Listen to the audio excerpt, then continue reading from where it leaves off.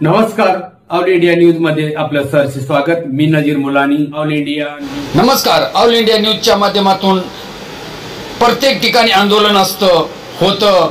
आता आपण पाहू शकता महाराष्ट्र नवनिर्माण सेनेने नवीन आंदोलन कशा प्रकारे म्हणजेच विद्यार्थी कसे शाळेत शिकतात तसेच प्रकारे हायवेला महाराष्ट्र नवनिर्माण सेना नवीन फंडा काढवत आपली खड्ड्यामध्ये बसून पाण्यामध्ये बसून शाळा आणि कशा प्रकारे भ्रष्टाचार होतो त्या प्रश्नावर भडीमार करत खरोखरच जनतेला न्याय मनसे देते कसे हे आपण पाहणं तेवढेच गरजेचं आहे।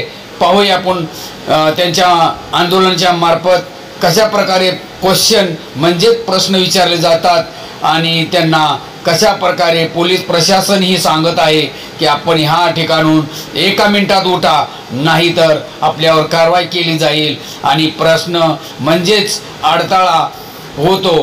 पण ह्यांना ह्या प्रशासनाला जाग येण्यासाठी ही शाळा रोडवर भरवली जाते आणि खरोखरच या पाण्यामध्ये बसून विद्यार्थी कशा प्रकारे उत्तर त्या मास्तर शिकवणाऱ्याला म्हणजेच आपला सर जो गुरुजी असतात त्यांना उत्तर देताना दिसून येत आहेत। खरोखरच ही लाजिरवाणी गोष्ट आहे। या महाराष्ट्रात पहिल्यांदाच अशा प्रकारे प्रश्न विचारताना हे आंदोलन दिसून आलं।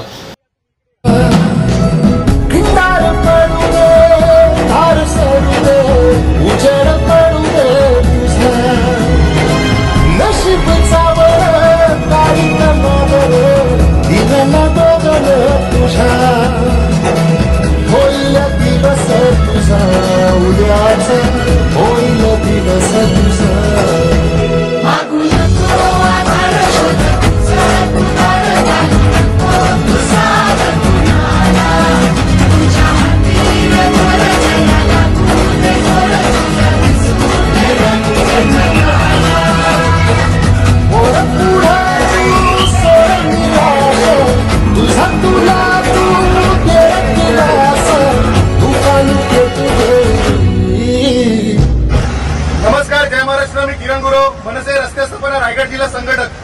आता आपण उभे आहोत मुंबई गोव्याच्या स्टार्टिंग पॉइंटला आणि आम्ही वेळोवेळी निवेदन दिले, आम्ही रिक्वेस्ट केली एनएचआयला, म्हणजे एनएचआयचे पीडी म्हणजे गोटकर साहेब यांना आपण वारंवार विनंती करून सुद्धा मुंबई गोवा हायवेचे स्टार्टिंग पॉइंट खड्डे म्हणजे जे खड्डे मोठे मोठे पडलेले 10-10 फुटाचे खड्डे ते अजूनही भरण्यात आले नाही। त्यामुळे आज मनसेनी आंदोलन केलं आणि त्यांना थोडीशी जाग आणून दिली की हे रस्ते लवकरात लवकर बुजवा, नाहीतर इथे खूप मोठे ऍक्सिडेंट होतील। आज शनिवार असल्यामुळे खूप पर्यटकांची गर्दी आहे आणि तुम्ही बघू शकता की या हायवेला खूप ट्रॅफिक लागलेलं आहे। या ट्रॅफिकमुळे जर अँब्युलन्स अडकली तर त्याला जबाबदार कोण? तर त्याला जबाबदार फक्त एनएचआय।